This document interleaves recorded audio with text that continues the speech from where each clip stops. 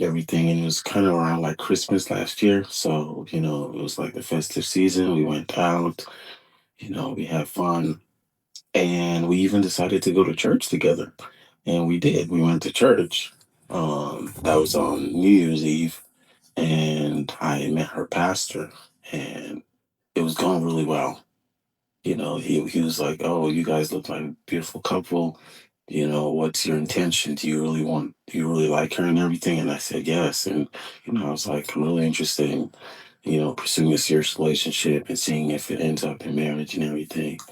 And, it was all good until, a few months ago when we actually broke up. And what happened was, I myself, she got mad, she blocked me. And that was when I was like, okay, no, I really need to talk to her. And maybe I was acting out of desperation at that point because, now that I think about it, I could have made different decisions. I could have actually done something else.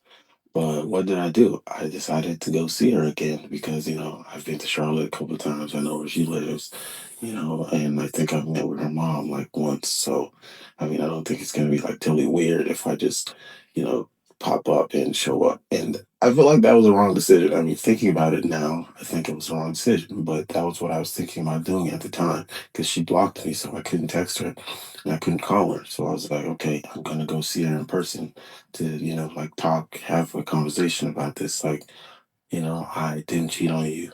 And I really want this to work. I just wanted to talk. So I decided to go to Charlotte again, and I did. And when I got to her house, she lives with her parents. So I was like, okay, I don't want to create any drama this morning. So I waited for her parents to go to work. And when they went to work, she was all alone. I knew she was alone at home. I mean, now it sounded like a scene in a serial movie, a serial killer movie, but no, that's not what it was.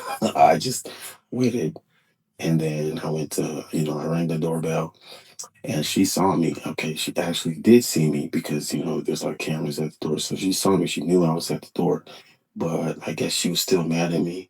She really didn't want to come have a conversation. So what did she do? She called the cops.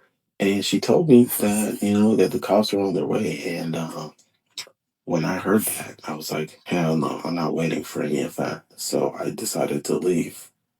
So I had already left, like I was already in my car on my way back to Georgia when um I got like a voicemail from the cops and they were like, "Hi, it's the police. We're just calling because like